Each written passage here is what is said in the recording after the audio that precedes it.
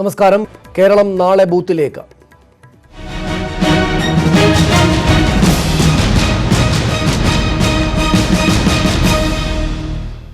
രണ്ട് കോടി 61 ലക്ഷം വോട്ടർമാരാണ് രാജ്യഭരണം തീരുമാനിക്കാൻ കേരളത്തിൽ വിധിയെഴുതുക. 2.88 ലക്ഷം പേർക്ക് ഇത് കന്നി വോട്ടാണ്. മാവോയിസ്റ്റ് ഭീഷണിയുള്ള 219 ബൂത്തുകളുടെ സുരക്ഷ കേന്ദ്രസേന ഏറ്റെടുത്തു. നിശബ്ദ പ്രചരണ തിരക്കിലാണ് ഇന്ന് രാഷ്ട്രീയ കേരളം. പരസ്യ പ്രചരണം അവസാനിച്ചെങ്കിലും സ്ഥാനാർത്ഥികളുടെ തിരക്കൊഴിയുന്നില്ല. ഓരോ വോട്ടും ഉറപ്പിക്കാനുള്ള അവസാനവട്ട ശ്രമത്തിലാണ് സ്ഥാനാർത്ഥികൾ. കണക്കുകൂട്ടലും തന്ത്രമൊരുക്കലുമായി രാഷ്ട്രീയ നേതൃത്വവും സജീവമാണ്. തെരഞ്ഞെടുപ്പ് കമ്മീഷന്റെ തയ്യാറെടുപ്പുകളും പൂർത്തിയായി. വോട്ടിംഗ് മെഷീൻ ഉൾപ്പെടെയുള്ള പോളിംഗ് സാമഗ്രികൾ ബൂത്തുകളിൽ എത്തിച്ചു. 80 ബൂത്തുകളിലേക്കാണ് മെഷീനും മറ്റ് സാമഗ്രികൾ ഇവിടെ നിന്ന് വിതരണം ചെയ്യുന്നത്. അതിന് വിതരണം ചെയ്യാനായിട്ട് 15 ടേബിളാണ് ഇവിടെ അറേഞ്ച് ചെയ്തിട്ടുള്ളത്. 2 ബാലറ്റ് യൂണിറ്റുകളാണ് അറേഞ്ച് ചെയ്തിട്ടുള്ളത്. രണ്ടാമത്തെ യൂണിറ്റിൽ 2 കാൻഡിഡേറ്റ്സ് ആണ് സെറ്റ് ചെയ്തിരിക്കുന്നത്. ഇന്ന് രാത്രിയോടെ ബൂത്തുകൾ തയ്യാറാകും. നാളെ രാവിലെ 6-ന് പരീക്ഷണ പോളിംഗും 7-ന് വോട്ടെടുപ്പും ആരംഭിക്കും. വൈകിട്ട് 6 മണി വരെ വോട്ട് ചെയ്യാം. ആകെ 2 കോടി 61 ലക്ഷം വോട്ടർമാർ. അതിൽ 2 കോടി 88 ലക്ഷം പേർ കന്നി വോട്ടർമാരാണ്. 24,970 പോളിംഗ് സ്റ്റേഷനുകൾ. കൂടുതൽ വോട്ടർമാർ മലപ്പുറത്ത്, കുറവ് വയനാട്ടിൽ. 359 അതീവ പ്രശ്നസാധ്യതാ ബൂത്തുകളും 831 പ്രശ്നസാധ്യതാ ബൂത്തുകളുമുണ്ട്. വയനാട്, മലപ്പുറം, കണ്ണൂർ, കോഴിക്കോട് ജില്ലകളിലായി മാവോയിസ്റ്റ് ഭീഷണിയുള്ള 219 ബൂത്തുകളിൽ കേന്ദ്രസേനയുടെ നിരീക്ഷണമുണ്ടാകും. 3621 ബൂത്തുകളിൽ വെബ്കാസ്റ്റിംഗുമുണ്ട്. നിർണായകമായ വോട്ടെടുപ്പിന് ഇനി മണിക്കൂറുകൾ മാത്രം ബാക്കി. വോട്ടിംഗ് യന്ത്രങ്ങൾ ബൂത്തുകളിൽ എത്തിക്കഴിഞ്ഞു. സംസ്ഥാനം തെരഞ്ഞെടുപ്പിന് പൂർണ്ണ സജ്ജം. നാളെ രാവിലെ 7 മുതൽ വോട്ടെടുപ്പ്. ക്യാമറമാൻ മനുവിനൊപ്പം വി. അരുൺ, ന്യൂസ് 18 തിരുവനന്തപുരം. കനത്ത സുരക്ഷയിലാണ് കേരളം നാളെ വിധിയെഴുതുന്നത്. പോലീസുകാരും അർദ്ധസൈനികരും അടക്കം 1.5 ലക്ഷത്തിലധികം സുരക്ഷാ ഉദ്യോഗസ്ഥർ വോട്ടെടുപ്പിനായി സജ്ജമായി. ഏറ്റവും അധികം പ്രശ്നബാധിത ബൂത്തുകൾ കണ്ണൂർ മണ്ഡലത്തിലാണ്. കൊട്ടിക്കലാശം സംഘർഷത്തിൽ കലാശിച്ചതിനാൽ മുൻപൊന്നുമില്ലാത്ത ജാഗ്രതയിലാണ് വിധിയെഴുത്തിന് കേരളം തയ്യാറെടുക്കുന്നത്. 58,138 ഉദ്യോഗസ്ഥരെ വിവിധ ഇടങ്ങളിലായി വിന്യസിച്ചു.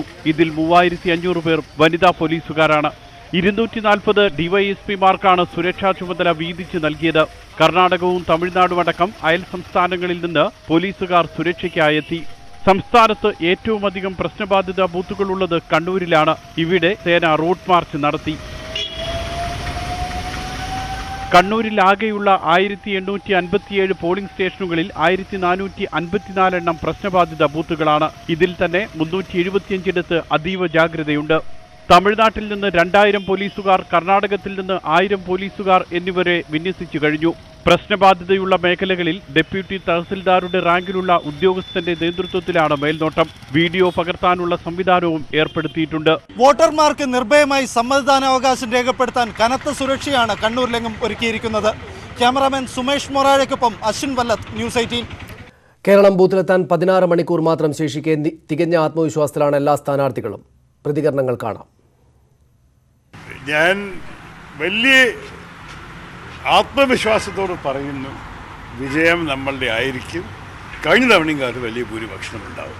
നല്ല ഭൂരിപക്ഷത്തിൽ ഞാൻ ജയിക്കുക, പ്രതീക്ഷയല്ല ജയിക്കുക, നല്ല ഭൂരിപക്ഷമായി. അല്ല, കുട്ടിക്കലാശത്തോടു കൂടി വളരെയേറെ പ്രതീക്ഷകൾ വർദ്ധിച്ചു. യാതൊരു വിധത്തിലുള്ള അടിയൊഴുക്കുകളും ഭയപ്പെടാൻ തക്ക വിധത്തിൽ ഉണ്ടെന്ന് എനിക്ക് തോന്നുന്നില്ല. വിജയം അത്തരത്തിൽ കൂടുതൽ വോട്ടുകളും കൂടുതൽ ഭൂരിപക്ഷത്തോടും കൂടി ഇടതുപക്ഷ ജനാധിപത്യ മുന്നണിക്ക് കേരളത്തിൽ നേടാൻ കഴിയുമ്പോൾ ആറ്റിങ്ങലും ആ മാലയിലെ ഒരു കണ്ണിയായി ഞങ്ങളും അങ്ങനെ ആയിക്കോട്ടെ. ഇപ്രാവശ്യവും വളരെ ഉറപ്പിച്ച് പറയാൻ ചവറ മണ്ഡലത്തിൽ ഉൾപ്പെടെ ഇടതുപക്ഷത്തിന് മുൻകൈ വരുന്ന സ്ഥിതിയിലാണ് കാര്യങ്ങൾ. നമുക്കൊരു വലിയ പ്രതീക്ഷയ്ക്ക് വകയുണ്ട്. ഒരു വിജയം സുനിശ്ചിതമാണ് എന്നുള്ളതാണ് ഇതുവരെ ഞങ്ങളുടെ വിശ്വാസം. കെ.സി. വേണുഗോപാലിന്റെ സിറ്റിംഗ് സീറ്റാണ്. സിറ്റിംഗ് സീറ്റ് നിലനിർത്തും. നല്ല ഭൂരിപക്ഷത്തിൽ ജയിക്കും. 7 അസംബ്ലി മണ്ഡലം ലീഡ് ചെയ്യും. കാര്യം ഞാൻ മനസ്സിലാക്കിയിടത്തോളം അരിപ്പാടായിരുന്നു ഒരു സ്വല്പം പുറകിൽ നിന്നിരുന്നു. അത് കവറപ്പ് ചെയ്യും. യാതൊരു സംശയവും വേണ്ട, UDFന്റെ എല്ലാ സ്ഥാനാർത്ഥികളും ജയിക്കും. കോട്ടയത്ത് നല്ല ഭൂരിപക്ഷത്തിൽ വിജയിക്കും. പലപ്പോഴായിട്ട് പലരും കാണുമ്പോൾ ഉള്ള പ്രതികരണം വെച്ചുകൊണ്ട് ഉറപ്പായിട്ടാണ് തോന്നുന്നത് വോട്ടുകൾ ചെയ്യും എന്ന പൂർണ്ണമായ ഒരു വിശ്വാസമാണ് എനിക്കും പ്രവർത്തകർക്കൊക്കെ ഉള്ളത്. പരിപൂർണമായ ഒരു കോൺഫിഡൻസ് തന്നെ, തികഞ്ഞ ആത്മവിശ്വാസം തന്നെ ഈ തെരഞ്ഞെടുപ്പിൻ്റെ പരസ്യ പ്രചരണം പൂർത്തീകരിക്കുമ്പോൾ എനിക്കുണ്ട്. വളരെ ആത്മവിശ്വാസത്തിലാണ്. കാരണം കൊച്ചിക്കാർക്ക് അറിയാം അവർക്ക് എന്താ വേണ്ടെന്ന്. ജനമനസ്സ് തുടക്കത്തിൽ മുതലേ ഇടതുപക്ഷ ജനാധിപത്യ മുന്നണിക്കൊപ്പമാണ്. ഇതൊരു വലിയ രാഷ്ട്രീയ പോരാട്ടമാണെന്ന് തിരിച്ചറിയാനുള്ള രാഷ്ട്രീയ ബോധം നമ്മുടെ നാട്ടിലെ ജനങ്ങൾക്കുണ്ട്.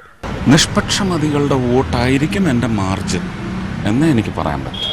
ഈ തെരഞ്ഞെടുപ്പിൻ്റെ പ്രചരണ പ്രവർത്തനം മാത്രമല്ല, കഴിഞ്ഞ 10 കൊല്ലം MP എന്ന നിലയിൽ നടത്തിയിട്ടുള്ള പ്രവർത്തനത്തിൻ്റെ കൂടി ആത്മവിശ്വാസത്തിലാണ് നിൽക്കുന്നത്. 100% ഞങ്ങൾക്ക് ഉറപ്പാണ്. നല്ല ആത്മവിശ്വാസത്തിലാണ്. ജനങ്ങളുടെ പിന്തുണ കണ്ടിട്ടുള്ള ആത്മവിശ്വാസമാണ്. ഇത് വെറുതെ അല്ല. പാലക്കാട് ഇത്തവണ UDF തിരിച്ചു പിടിച്ചിരിക്കും. ഇത്തവണ എന്തായാലും നിങ്ങൾ ജയിക്കും. നിങ്ങൾക്ക് പാലക്കാട് ഒരു മാറ്റം നിങ്ങളിലൂടെ ഉണ്ടാവും. ഞങ്ങൾ ആ മാറ്റമാണ് പ്രതീക്ഷിക്കുന്നത്. ഡൽഹിയിലേക്ക് ഞങ്ങളെ കൊണ്ടുപോകണം എന്നുള്ള രീതിയിലാണ് ആളുകൾ ഇങ്ങോട്ട്. ജനറലായിട്ട് തന്നെ UDFന് ഭൂരിപക്ഷം കൂടുന്ന സാഹചര്യമുണ്ട്.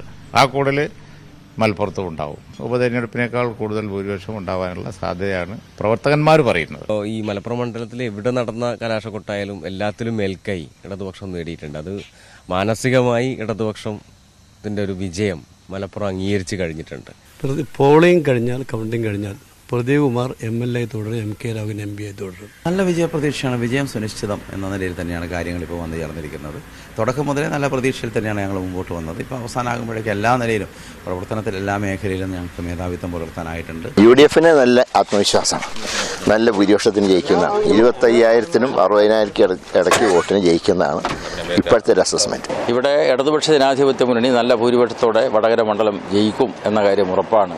ഈ മണ്ഡലത്തിൻ്റെ കഴിഞ്ഞ 10 വർഷക്കാലത്തെ ദുരവസ്ഥ ഓർക്കുന്ന ജനങ്ങൾ ഒരു മാറ്റം ഈ മണ്ഡലത്തിൽ ഉണ്ടാക്കുമെന്നുള്ള ഉറച്ച വിശ്വാസത്തോടെയാണ് ഞങ്ങൾ മുന്നോട്ട് പോകുന്നത്. സംസ്ഥാനത്ത് പോളിംഗ് സാമഗ്രികളുടെ വിതരണം പുരോഗമിക്കുകയാണ്. വിവരങ്ങളുമായി വിവിധയിടങ്ങളിൽ നിന്ന് റിപ്പോർട്ടർമാർ ചേരുന്നു. ആദ്യം തിരുവനന്തപുരത്ത് നിന്ന് BB അരുൺ, എല്ലാം പൂർത്തിയായി കഴിഞ്ഞിട്ടുണ്ടോ? മറ്റു വിവരങ്ങൾ എന്താണ്?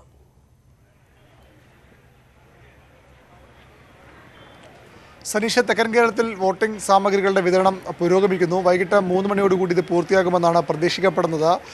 ഓരോ യൂണിറ്റ് വോട്ടിംഗ് മെഷീൻ്റെ ഓരോ യൂണിറ്റും മറ്റ് സാമഗ്രികളുമാണ് വിതരണം ചെയ്യുന്നത്. ഒരു കിറ്റിൽ 24 ഇനം സാമഗ്രികളുണ്ട്. ഇത് പോളിംഗ് ബൂത്തുകൾ ഉപയോഗിക്കേണ്ടവയാണ്. ഇത്തരം സാമഗ്രികളുടെ വിതരണമാണ് പുരോഗമിക്കുന്നത്. വൈകിട്ടോടുകൂടി ഇത് എല്ലാ ബൂത്തുകളിലേക്കും എത്തിക്കാനാകുമെന്ന പ്രതീക്ഷയിലാണ് അധികൃതർ. രാത്രിയോടുകൂടി ബൂത്തുകൾ സെറ്റ് ചെയ്യും. രാവിലെ 6 മണിക്ക് മോക്ക് പോൾ ആരംഭിക്കും. അതിനു മുന്നോടിയായി തന്നെ എല്ലാം പൂർണ്ണ സജ്ജമാകുന്ന നിർദ്ദേശമാണ് തെരഞ്ഞെടുപ്പ് കമ്മീഷൻ നൽകിയിരിക്കുന്നത്. 7 മണിക്ക് വോട്ടെടുപ്പ് ആരംഭിക്കും. വൈകിട്ട് 6 മണി വരെയാണ് വോട്ടെടുപ്പ്. എല്ലാ സജ്ജീകരണങ്ങളും ഇന്ന് വൈകിട്ടോടുകൂടി പൂർത്തിയാകുമെന്നാണ് തെരഞ്ഞെടുപ്പ് കമ്മീഷൻ വൃത്തങ്ങൾ പറയുന്നത്. ജില്ലാ വരണാധികാരികളായ ജില്ലാ കളക്ടർമാർ എല്ലാ സ്ഥലങ്ങളിലും എത്തി ഇതിന് പ്രവർത്തനങ്ങൾക്ക് മേൽനോട്ടം വഹിക്കുകയും ചെയ്യുന്നുണ്ട്. സനീഷ്, നന്ദി അരുൺ. വിവരങ്ങൾക്ക് കൊച്ചിയിൽ നിന്ന് ശ്രീനാഥ് കൂടെ ചേരുന്നു. ശ്രീനാഥ്, മധ്യകേരളത്തിൽ എന്താണ് അവസ്ഥ?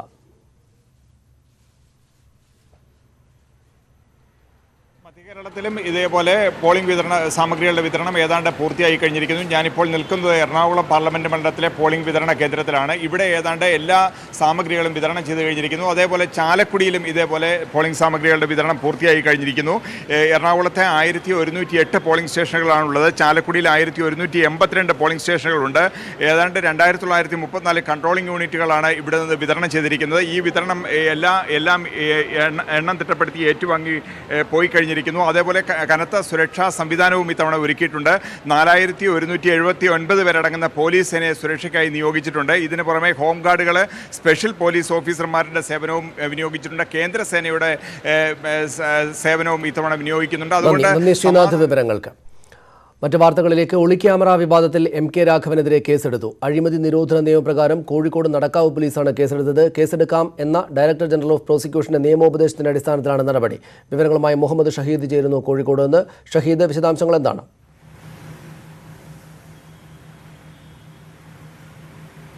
സനീഷ്, ഡയറക്ടർ ജനറൽ ഓഫ് പ്രോസിക്യൂഷന്റെ നിയമോപദേശത്തെ തുടർന്ന് DGP ലോക്നാഥ് ബെഹ്റയുടെ നിർദ്ദേശപ്രകാരമാണ് ഇത്തരത്തിൽ നടക്കാവ് പോലീസ് ഇപ്പോൾ MK രാഘവനെതിരെ കേസെടുത്തിരിക്കുന്നത്.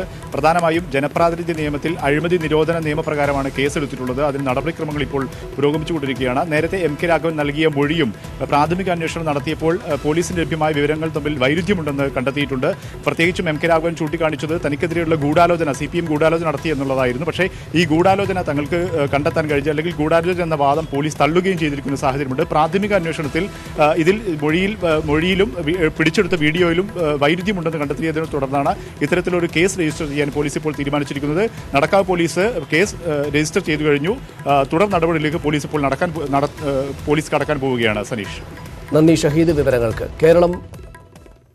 കേരളം ഉൾപ്പെടെ 13 സംസ്ഥാനങ്ങളിലും 2 കേന്ദ്രഭരണ പ്രദേശങ്ങളിലുമാണ് നാളെ വോട്ടെടുപ്പ്. തെരഞ്ഞെടുപ്പ് മാറ്റിവെച്ച തമിഴ്നാട്ടിലെ വെല്ലൂർ ഒഴികെ ദക്ഷിണേന്ത്യയിലെ എല്ലാ മണ്ഡലങ്ങളിലും നാളെ വോട്ടെടുപ്പ് പൂർത്തിയാകും. ഗുജറാത്തിലെയും ഗോവയിലെയും മുഴുവൻ മണ്ഡലങ്ങളും നാളെ വിധിയെഴുതും. 7 ഘട്ടമായി നടക്കുന്ന ലോക്സഭാ തെരഞ്ഞെടുപ്പിൽ ഏറ്റവും കൂടുതൽ മണ്ഡലങ്ങൾ വിധിയെഴുതുന്നത് നാളെയാണ്. 13 സംസ്ഥാനങ്ങളിലെയും 2 കേന്ദ്രഭരണ പ്രദേശങ്ങളിലെയും 116 മണ്ഡലങ്ങളിൽ വോട്ടെടുപ്പ് നടക്കും. കേരളത്തിന് പുറമെ ഗുജറാത്തിലെയും ഗോവയിലെയും മുഴുവൻ മണ്ഡലങ്ങളിലും തെരഞ്ഞെടുപ്പ് പൂർത്തിയാകും. കർണാടകയിലെയും മഹാരാഷ്ട്രയിലെയും 14 മണ്ഡലങ്ങളിൽ വീതമാണ് വോട്ടെടുപ്പ്. ഉത്തർപ്രദേശിലെ 10ഉം ഛത്തീസ്ഗഡിലെ 7ഉം ഒഡീഷയിലെ 6 മണ്ഡലങ്ങളിൽ വോട്ടെടുപ്പ് നടക്കും. 2ാം ഘട്ടത്തിൽ വ്യാപക ആക്രമണം നടന്ന പശ്ചിമബംഗാളിലെ 5 മണ്ഡലങ്ങളിലും നാളെ വോട്ടെടുപ്പുണ്ട്. 2ാം ഘട്ടത്തിൽ വോട്ടെടുപ്പ് മാറ്റിവെച്ച ത്രിപുര ഈസ്റ്റിലും കേന്ദ്രഭരണ പ്രദേശങ്ങളായ ദാമൻ ദിയു, ദാദ്ര നഗർ ഹവേലി എന്നിവിടങ്ങളിലും നാളെയാണ് വോട്ടെടുപ്പ്. ഗാന്ധിനഗറിൽ നിന്ന് ജനവിധി തേടുന്ന BJP അധ്യക്ഷൻ അമിത്ഷാ, വയനാട്ടിൽ മത്സരിക്കുന്ന കോൺഗ്രസ് അധ്യക്ഷൻ രാഹുൽ ഗാന്ധി, മെയിൻപുരിയിൽ പോരാട്ടത്തിനിറങ്ങിയ മുലായം സിംഗ് യാദവ് എന്നിവരാണ് 3ാം ഘട്ടത്തിലെ പ്രമുഖർ. മല്ലികാർജുൻ ഖാർഗെ, ശരത് യാദവ്, അസം ഖാൻ, ജയപ്രദ, വരുൺ ഗാന്ധി, അനന്ത്കുമാർ ഹെഗ്ഡെ എന്നിവരും നാളെ ജനവിധി തേടും. KP Abhilash, News 18, Delhi. അമേഠിയിൽ രാഹുൽ ഗാന്ധിയുടെ നാമനിർദ്ദേശ പത്രിക സ്വീകരിച്ചു. പിഴവുകളില്ല എന്ന് സൂക്ഷ്മ പരിശോധനയിൽ വ്യക്തമായി. വിവരങ്ങളുമായി ഡൽഹിയിൽ നിന്ന് KP അഭിലാഷ് ചേരുന്നു. അഭിലാഷ്, എന്താണ് വിവരങ്ങൾ?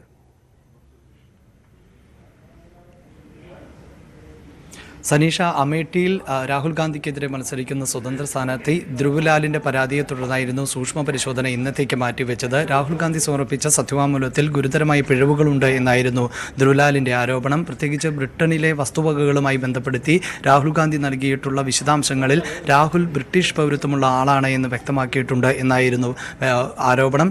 ഇങ്ങനെ ബ്രിട്ടീഷ് പൗരത്വമുള്ള ഒരാൾക്ക് ഇന്ത്യൻ പൗരത്വമില്ലാതെ മത്സരിക്കാൻ സാധിക്കില്ല എന്ന ഗുരുതരമായ ആക്ഷേപമായിരുന്നു ധ്രുവ്ലാൽ ഉന്നയിച്ചത്. എന്നാൽ റിട്ടേണിംഗ് ഓഫീസർ ഈ പിഴവുകളുടെ പശ്ചാത്തലത്തിൽ, പിഴവ് ആരോപണങ്ങളുടെ പശ്ചാത്തലത്തിൽ സൂക്ഷ്മ പരിശോധന ഇന്നത്തേക്ക് മാറ്റിവെച്ചിരുന്നു. ഇത് കോൺഗ്രസിനെ ഏറെ അങ്കലാപ്പിലാക്കുകയും BJP ഉൾപ്പെടെ ഇത് തെരഞ്ഞെടുപ്പ് വിഷയമാക്കി മാറ്റുകയും ചെയ്തിരുന്നു.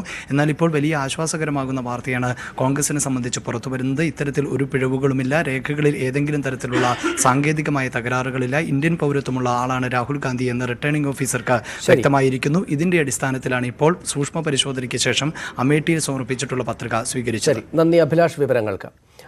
ആം ആദ്മി പാർട്ടിയുമായുള്ള സഖ്യനീക്കം പൊളിഞ്ഞതോടെ ഡൽഹിയിൽ കോൺഗ്രസ് സ്ഥാനാർത്ഥികളെ പ്രഖ്യാപിച്ചു. PCC അധ്യക്ഷ ഷീല ദീക്ഷിത്, അജയ് മാക്കൻ തുടങ്ങിയവരടക്കം 6 സീറ്റുകളിലെ സ്ഥാനാർത്ഥികളെയാണ് പ്രഖ്യാപിച്ചത്. മാസങ്ങൾ നീണ്ട സഖ്യചർച്ചകൾ പരാജയപ്പെട്ടതിനെ തുടർന്ന് AAP കഴിഞ്ഞ ദിവസം സ്ഥാനാർത്ഥികളെ പ്രഖ്യാപിച്ച് നാമനിർദ്ദേശ പത്രിക സമർപ്പിച്ചിരുന്നു. ഇതിന് പിന്നാലെയാണ് കോൺഗ്രസ് 6 മണ്ഡലങ്ങളിലെ സ്ഥാനാർത്ഥികളെ പ്രഖ്യാപിച്ചത്. 7 ലോക്സഭാ മണ്ഡലങ്ങളുള്ള ഡൽഹിയിൽ സൗത്ത് ഡൽഹിയിലെ സ്ഥാനാർത്ഥിയെ കോൺഗ്രസ് പ്രഖ്യാപിച്ചിട്ടില്ല. PCC അധ്യക്ഷ ഷീല ദീക്ഷിത് നോർത്ത് ഈസ്റ്റ് ഡൽഹിയിൽ നിന്നും മുതിർന്ന കോൺഗ്രസ് നേതാവ് അജയ് മാക്കൻ ന്യൂഡൽഹി മണ്ഡലത്തിൽ നിന്നും ജനവിധി തേടും. ചാന്ദിനി ചൌക്കിൽ JP അഗർവാൾ, ഈസ്റ്റ് ഡൽഹിയിൽ Arvinder Singh lovely, north west ഡൽഹിയിൽ രാജേഷ് ലിലോത്തിയ, വെസ്റ്റ് ഡൽഹിയിൽ മഹാബൽ മിശ്ര എന്നിവരും മത്സരിക്കും. ഡൽഹിയിൽ BJPക്കെതിരെ കോൺഗ്രസ് ആം ആദ്മി സഖ്യം മത്സരിക്കുമെന്നായിരുന്നു ആദ്യ സൂചനകൾ. എന്നാൽ കഴിഞ്ഞ നിയമസഭാ തെരഞ്ഞെടുപ്പിൽ കോൺഗ്രസിനെ തൂത്തുവാരിയ AAPയുമായി സഖ്യം വേണ്ടെന്ന കടുത്ത നിലപാട് ഷീല ദീക്ഷിത് വിഭാഗം സ്വീകരിച്ചു. സീറ്റ് വിഭജനത്തിൽ അവസാനവട്ട ചർച്ചകളിലും തീരുമാനമാകാതിരുന്നതോടെ ആം ആദ്മി പാർട്ടി സ്ഥാനാർത്ഥികളെ പ്രഖ്യാപിക്കുകയായിരുന്നു. ഡൽഹിയിലെ 4 മണ്ഡലങ്ങളിലെ സ്ഥാനാർത്ഥികളെ BJPയും പ്രഖ്യാപിച്ചിട്ടുണ്ട്. KP Abhilash, News 18, Delhi. യാത്രക്കാരെ മർദ്ദിച്ച സംഭവത്തിൽ സുരേഷ് കല്ലട ബസ് ജീവനക്കാർ പോലീസ് കസ്റ്റഡിയിൽ. ബസ് പിടിച്ചെടുത്തു. ബസിന്റെ പെർമിറ്റ് റദ്ദാക്കാൻ കർണാടക സർക്കാരിനോട് ശുപാർശ ചെയ്യാൻ നിർദ്ദേശിച്ചതായി ഗതാഗത മന്ത്രി വ്യക്തമാക്കി. എറണാകുളം RTOയോട് ഗതാഗത മന്ത്രി റിപ്പോർട്ട് തേടിയിട്ടുണ്ട്. തിരുവനന്തപുരം ബംഗളൂരു ബസ്സിലെ യാത്രക്കാരെ മർദ്ദിച്ചതുമായി ബന്ധപ്പെട്ട് സുരേഷ് കല്ലട ബസ് കമ്പനി മരട് ഓഫീസിലെ ജീവനക്കാരായ ജയേഷിനെയും ജിതിനെയുമാണ് പോലീസ് കസ്റ്റഡിയിലെടുത്തത്. മറ്റൊരു ജീവനക്കാരൻ ഗിരിലാലിനു വേണ്ടി പോലീസ് തെരച്ചിൽ നടത്തുകയാണ്. യാത്രക്കാരെ കയ്യേറ്റം ചെയ്യൽ, അസഭ്യം പറയൽ തുടങ്ങിയ കുറ്റങ്ങൾ ഇവർക്കെതിരെ ചുമത്തും. മരടിലെ കല്ലട ഓഫീസിലെത്തിയ പോലീസ് രേഖകളും യാത്രക്കാരുടെ വിശദാംശങ്ങളും പരിശോധിച്ചു. ഓഫീസിന് സമീപത്തെ കെട്ടിടങ്ങളിലെ CCTV ദൃശ്യങ്ങളും പരിശോധനയ്ക്ക് വിധേയമാക്കി. പരുക്ക് പറ്റിയ ആൾക്കാരുടെ മൊഴി നമ്മൾ എടുത്തിട്ടില്ല. പോലെ അവർ ഇന്നലെ മൊഴി പറയാൻ എത്തിപ്പെട്ടാൻ പറ്റാത്തതുകൊണ്ട് നമ്മൾ സ്വമേധയാ കേസ് എടുത്തിരിക്കുന്നത്. അതിനിടെ ബസിന്റെ പെർമിറ്റ് റദ്ദാക്കാൻ കർണാടക സർക്കാരിനോട് ശുപാർശ ചെയ്യാൻ ഗതാഗത മന്ത്രി നിർദ്ദേശിച്ചു. എറണാകുളം RTOയോട് ഗതാഗത മന്ത്രി റിപ്പോർട്ട് തേടി. ഈ സംഭവം ശ്രദ്ധയിൽപ്പെട്ട ഉടനെ തന്നെ ബന്ധപ്പെട്ടവരിൽ നിന്നും റിപ്പോർട്ട് ശേഖരിക്കുന്നതിന് ട്രാൻസ്പോർട്ട് കമ്മീഷണർക്കും നിർദ്ദേശം നൽകുകയുണ്ടായി. ഇന്നലെയാണ് സുരേഷ് കല്ലട ബസ് ജീവനക്കാർ യാത്രക്കാരെ മർദ്ദിച്ച സംഭവം പുറത്തു വന്നത്. തിരുവനന്തപുരം ബംഗളൂരു ബസ് ഹരിപ്പാട് വെച്ച് കേടായത് ചോദ്യം ചെയ്തവരെയാണ് വൈറ്റ്ലയിൽ വെച്ച് കയ്യേറ്റം ചെയ്തതും അസഭ്യം പറഞ്ഞതും. അതേസമയം വൈക്കത്ത് സുരേഷ് കല്ലട ഓഫീസ് LDF പ്രവർത്തകർ അടപ്പിച്ചു. ന്യൂസ് 18, കൊച്ചി, തിരുവനന്തപുരം. ബസ്സിൽ മർദ്ദനത്തിനിരയായ യുവാക്കളെ അധിക്ഷേപിച്ച് കല്ലട മാനേജ്മെന്റ്. യുവാക്കൾ ലഹരി ഉപയോഗിക്കുന്നവരാണെന്ന് മാനേജർ രവീന്ദ്രൻ പറഞ്ഞു. യുവാക്കൾ ബസ് ജീവനക്കാരെ മർദ്ദിച്ചുവെന്നും ആരോപണമുണ്ട്. അതിനുള്ളിൽ ഡ്രൈവറെയും ക്ലീനറെയും മർദ്ദിക്കുകയാണ് ഉണ്ടായത് ഹരിപ്പാട് വെച്ച്. അത് 3 പേരാണ് ആകെ കുഴപ്പമുണ്ടാക്കിയുള്ളൂ. വണ്ടിയിൽ ഫുൾ സീറ്റായിരുന്നു. 48 പാസഞ്ചറുള്ളതിൽ 3 പേരാണ് ഈ ഡ്രൈവറെയും ക്ലീനറെയും മർദ്ദിച്ചത്. വണ്ടിയിലെ പാസഞ്ചേഴ്സ് ഞങ്ങളുടെ അടുത്ത് പറഞ്ഞു, ഇവൻ അവിടുന്ന് കയറിയപ്പോൾ കഞ്ചാവാണ്. ഈ കക്ഷി 2 പേരും കഞ്ചാവാണ്. വിവരങ്ങളുമായി MS അനീഷ് കുമാർ ചേരുന്നു. അനീഷ്, 2 പക്ഷത്തിൻ്റെയും അദ്ദേഹത്തിൻ്റെ വിശദീകരണവും കൂടെ വന്നിട്ടുണ്ട്. ഇത് എന്താണ് സർക്കാർ പോലീസ് നൽകുന്ന വിശദീകരണം? പോലീസ് എന്തായാലും വളരെ അടിയന്തരമായി തന്നെ കേസിൽ നടപടിക്രമങ്ങൾ ആരംഭിച്ചിരിക്കുന്നു എന്നാണ് നമുക്ക് മനസ്സിലാക്കാൻ കഴിയുന്നത്. ഇപ്പോൾ ഈ സംഭവം നടന്ന ബസ് കൊച്ചി മരടിലെത്തിച്ചിട്ടുണ്ട്. മോട്ടോർ വാഹന വകുപ്പിലെയും പോലീസിലെയും ഉദ്യോഗസ്ഥന്മാർ വാഹനം വിശദമായി പരിശോധിച്ചു. ഒപ്പം വാഹനത്തിൻ്റെ രേഖകളും മറ്റും പരിശോധിച്ചു. നേരത്തെ മന്ത്രി പറഞ്ഞതനുസരിച്ച് കർണാടക പെർമിറ്റാണ് വാഹനം എന്നാണ് കരുതിയിരുന്നത്. എന്നാൽ KL രജിസ്ട്രേഷനുള്ള കേരളത്തിൽ രജിസ്റ്റേർഡായ വാഹനമാണ്. അതുകൊണ്ട് ഒരുപക്ഷെ പോലീസിന് നടപടികളെടുക്കുന്നതിൽ ഇനി വലിയ ബുദ്ധിമുട്ടുണ്ടാവില്ല എന്നാണ് നമുക്ക് മനസ്സിലാക്കാൻ കഴിയുന്നത്. വാഹനം ഇപ്പോൾ ഏതാണ്ട് പോലീസിൻ്റെ കസ്റ്റഡിയിലായി കഴിഞ്ഞിരിക്കുന്നുവെന്ന് നമുക്ക് പറയാൻ കഴിയും. 2 ജീവനക്കാരെ നേരത്തെ പോലീസ് കസ്റ്റഡിയിലെടുത്തിരുന്നു. ഒരാളെ അല്പസമയത്തിനകം പിടികൂടും. മാനേജരെ ചോദ്യം ചെയ്യുന്ന അടക്കമുള്ള നടപടിക്രമങ്ങൾ പുരോഗമിക്കുകയും ആണെന്നാണ് നമുക്ക് മനസ്സിലാക്കാൻ കഴിയുന്നത്. എന്തായാലും നിലവിൽ സ്റ്റേഷൻ ജാമ്യം ലഭിക്കുന്ന വകുപ്പുകളാണ് ചേർത്തിരിക്കുന്നതെങ്കിലും ഈ പരിശോധനകൾ പൂർത്തിയായ ശേഷം ഈ മർദ്ദനമേറ്റ യുവാവിൻ്റെ മൊഴിയും രേഖപ്പെടുത്തിയ ശേഷം കൂടുതൽ വകുപ്പുകൾ ഉൾപ്പെടുത്തുമെന്നാണ് നമുക്ക് അറിയാൻ കഴിയും. എന്തായാലും വാഹനം പരിശോധിച്ചു. രേഖകൾ ഇപ്പോൾ അവർ ഹാജരാക്കിയിരിക്കുന്നത് കോപ്പികളാണ്. അപ്പോൾ അതുകൂടാതെ ഞങ്ങളുടെ ഡിപ്പാർട്ട്മെൻറ്റിൻ്റെ സ്മാർട്ട് റൈസ് എന്ന് പറയുന്ന ഇതിൽ പരിശോധിച്ചാലും ഡോക്യുമെൻറ്റ്സ് അറിയാൻ പറ്റും. ഇൻഷുറൻസ് ഒഴിച്ച്, പൊല്യൂഷൻ ഒഴിച്ച് അത്തരം കാര്യങ്ങൾ പരിശോധിച്ച് ഇൻഷുറൻസ് അവർ കാണിച്ചിട്ടുണ്ട്. എൻ്റെ കോപ്പി കാണിച്ചതിൽ വാലിഡിറ്റി കാണുന്നുണ്ട്. ബാക്കി വണ്ടിയുടെ ഫിറ്റ്നസ് ഉണ്ട്, പെർമിറ്റ് ഉണ്ട്, ടാക്സ് ഉണ്ട്. അത്തരം വാർത്തകൾ തുടരുന്നു. ശ്രീലങ്കയിലുണ്ടായ സ്ഫോടന പരമ്പരയിൽ കൊല്ലപ്പെട്ടവരിൽ കർണാടകയിൽ നിന്നുള്ള 2 JDS പ്രവർത്തകർ ഉൾപ്പെടെ 6 ഇന്ത്യക്കാരുണ്ടെന്ന് സ്ഥിരീകരണം. കൊല്ലപ്പെട്ടവരുടെ എണ്ണം 290 സംശയാസ്പദമായ സാഹചര്യത്തിൽ 24 പേരെ ശ്രീലങ്കൻ പോലീസ് അറസ്റ്റ് ചെയ്തു. കൊല്ലപ്പെട്ട ശ്രീലങ്കൻ പൗരത്വമുള്ള മലയാളി യുവതി റസീനയുടെ മൃതദേഹം ശ്രീലങ്കയിൽ തന്നെ സംസ്കരിക്കും. കൊളംബോയിലെ ഷാങ്ഗ്രില ഹോട്ടലിൽ താമസിച്ചിരുന്നവരാണ് കൊല്ലപ്പെട്ട JDS പ്രവർത്തകർ. 7-അംഗ സംഘത്തിലെ 2 പേർ കൊല്ലപ്പെട്ടതായി വിദേശകാര്യ മന്ത്രാലയം സ്ഥിരീകരിച്ചു. KG ഹനുമന്തരായപ്പ, M രംഗപ്പ എന്നിവരാണ് കൊല്ലപ്പെട്ടത്. സംഘത്തിലുണ്ടായിരുന്ന മറ്റ് 5 പേരെ കാണാനില്ലെന്ന് കർണാടക മുഖ്യമന്ത്രി HD കുമാരസ്വാമി അറിയിച്ചു. തെരഞ്ഞെടുപ്പ് പ്രചാരണ തിരക്കുകൾക്ക് ശേഷം ശ്രീലങ്കയിൽ അവധി ആഘോഷിക്കാൻ പോയവരെയാണ് കാണാതായത്. സ്ഫോടന പരമ്പരയുമായി ബന്ധപ്പെട്ട് ശ്രീലങ്കയിൽ സംശയാസ്പദമായ സാഹചര്യത്തിൽ 24 പേർ അറസ്റ്റിലായി. സ്ഫോടനത്തിൽ ഇവർക്ക് നേരിട്ട് പങ്കുണ്ടോ എന്ന് കണ്ടെത്താനായിട്ടില്ല. നിലവിലെ സാഹചര്യങ്ങൾ ചർച്ച ചെയ്യാനായി പ്രധാനമന്ത്രി റനിൽ വിക്രമസിംഗെ ഉന്നതതല യോഗം വിളിച്ചു ചേർത്തു. ഇന്റലിജൻസ് വിഭാഗത്തിന്റെ വീഴ്ച സംബന്ധിച്ചും അന്വേഷണം പുരോഗമിക്കുകയാണ്. ശ്രീലങ്കയിൽ ക്രിസ്ത്യൻ പള്ളികൾക്ക് പുറമെ എല്ലാ ആരാധനാലയങ്ങൾക്കും സുരക്ഷ ശക്തമാക്കി. സ്ഫോടനത്തിൽ പരിക്കേറ്റ 500-ലേറെ പേരിൽ പലരുടെയും നില ഗുരുതരമായി തുടരുകയാണ്. കൊല്ലപ്പെട്ട വിദേശികൾ Britain, America, China, Portuguese, Denmark തുടങ്ങിയ രാജ്യങ്ങളിൽ നിന്നുള്ളവരാണെന്നും സ്ഥിരീകരിച്ചു. News desk, news 18. പ്രധാനമന്ത്രി കള്ളനാണെന്ന് സുപ്രീം കോടതി കണ്ടെത്തി എന്ന പരാമർശത്തിൽ ഖേദം പ്രകടിപ്പിച്ച് കോൺഗ്രസ് അധ്യക്ഷൻ രാഹുൽ ഗാന്ധി. കാവൽക്കാരൻ കള്ളനാണ് എന്ന പ്രചാരണവുമായി ബന്ധപ്പെടുത്തി തെരഞ്ഞെടുപ്പ് ചൂടിൽ പറഞ്ഞുപോയതാണ് ഇക്കാര്യം. എതിരാളികൾ പ്രസ്താവന രാഷ്ട്രീയ ആയുധമാക്കിയെന്നും രാഹുൽ കോടതിയിൽ ഫയൽ ചെയ്ത മറുപടിയിൽ പറയുന്നു. പ്രധാനമന്ത്രിക്കെതിരായ രാഹുലിന്റെ നുണകൾ പൊളിഞ്ഞതായി BJP പ്രതികരിച്ചു. റഫാൽ കേസിൽ കേന്ദ്ര സർക്കാരിന്റെ എതിർപ്പ് മറികടന്ന് പുതിയ രേഖകൾ പരിശോധിക്കാൻ സുപ്രീം കോടതി തീരുമാനിച്ച ഏപ്രിൽ 10-നായിരുന്നു രാഹുലിന്റെ വിവാദ പരാമർശം. പ്രധാനമന്ത്രി കള്ളനാണെന്ന് സുപ്രീം കോടതി കണ്ടെത്തിയെന്ന അമേത്തിയിലെ പ്രസ്താവന കോടതിയെ ലക്ഷ്യമെന്നാരോപിച്ച് BJP നേതാവ് മീനാക്ഷി ലേഖിയാണ് കോടതിയെ സമീപിച്ചത്. ഇത്തരം പരാമർശം നടത്തിയിട്ടില്ലെന്ന് ഹർജി പരിഗണിക്കവേ സുപ്രീം കോടതി തന്നെ പറഞ്ഞിരുന്നു. ഈ സാഹചര്യത്തിലാണ് പരാമർശങ്ങളെ പ്രതിരോധിക്കാതെ ഖേദം പ്രകടിപ്പിച്ചുകൊണ്ടുള്ള രാഹുൽ ഗാന്ധിയുടെ മറുപടി. കാവൽക്കാരൻ കള്ളനാണെന്ന പാർട്ടിയുടെ പ്രചാരണവുമായി ബന്ധപ്പെടുത്തി തിരഞ്ഞെടുപ്പ് ചൂടിൽ ആലങ്കാരികമായി പറഞ്ഞതാണ് ഇക്കാര്യം. റഫാലിൽ കോടതി തീർപ്പ് കൽപ്പിച്ചതായി തന്റെ പരാമർശങ്ങളുടെ അടിസ്ഥാനത്തിൽ കരുതേണ്ടതില്ല. രാഷ്ട്രീയ എതിരാളികൾ പരാമർശം ദുരുപയോഗിച്ചു. കോടതി രേഖകളിൽ ഇല്ലാത്ത കാര്യങ്ങൾ ഭാവിയിൽ രാഷ്ട്രീയ പ്രചാരണത്തിന് ഉപയോഗിക്കില്ലെന്നും രാഹുൽ പറയുന്നു. പ്രധാനമന്ത്രിക്കെതിരെ പറയുന്നത് നുണയാണെന്ന് രാഹുൽ തന്നെ സമ്മതിച്ചതായി BJP പ്രതികരിച്ചു. രാഹുലിന്റെ മറുപടി നാളെ പരിഗണിക്കുന്ന സുപ്രീം കോടതി ഖേദം അംഗീകരിച്ചാൽ ഹർജിയിലെ തുടർ നടപടികൾ അവസാനിപ്പിക്കും. റഫാലിൽ കാവൽക്കാരൻ കള്ളനാണെന്ന രാഹുലിന്റെ പ്രചാരണം ദുർബലമാക്കാൻ കോടതിയിലെ ഖേദപ്രകടനം BJP ഉപയോഗിക്കുമെന്ന് ഉറപ്പാണ്. രാഹുൽ മൂർച്ച കൂട്ടിക്കൊണ്ടുവന്ന പ്രചാരണായുധമാണ് അദ്ദേഹത്തിന്റെ തന്നെ അശ്രദ്ധയോടെയുള്ള പരാമർശത്തിലൂടെ ദുർബലമാകുന്നത്. M Unnikrishnan, news 18, Delhi. Video app TikTok നിരോധിച്ച മദ്രാസ് ഹൈക്കോടതി വിധിയിൽ ഉപാധിയുമായി സുപ്രീം കോടതി. നിരോധനവുമായി ബന്ധപ്പെട്ട കേസ് മദ്രാസ് ഹൈക്കോടതിയുടെ മധുര ബെഞ്ച് ബുധനാഴ്ച പരിഗണിക്കണം. അന്ന് ഹൈക്കോടതി തീരുമാനമെടുക്കുന്നില്ലെങ്കിൽ സ്റ്റേ നീങ്ങുമെന്ന് ചീഫ് ജസ്റ്റിസ് പറഞ്ഞു. വാദം കേൾക്കാതെ ഏകപക്ഷീയമായാണ് ആപ്പ് ഡൗൺലോഡ് ചെയ്യുന്നതിന് ഹൈക്കോടതി വിലക്ക് ഏർപ്പെടുത്തിയതെന്നും 20 ലക്ഷം പേരുടെ പ്രൊഫൈലിലെ സുരക്ഷ ആശങ്കയിലാണെന്നും ടിക്ടോക്ക് അഭിഭാഷകൻ കോടതിയെ അറിയിച്ചു.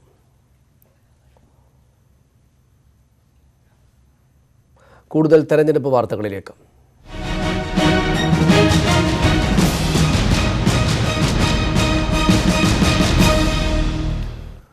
വോട്ട് ചെയ്യാൻ പ്രവാസികളെ നാട്ടിലെത്തിച്ച് മുസ്ലിം ലീഗ്. പ്രത്യേകം സജ്ജമാക്കിയ വിമാനത്തിലാണ് പ്രവർത്തകരെ നാട്ടിലെത്തിക്കുന്നത്. പ്രവാസികൾക്ക് വിമാനത്താവളത്തിൽ വലിയ സ്വീകരണവും ഒരുക്കിയിട്ടുണ്ട്.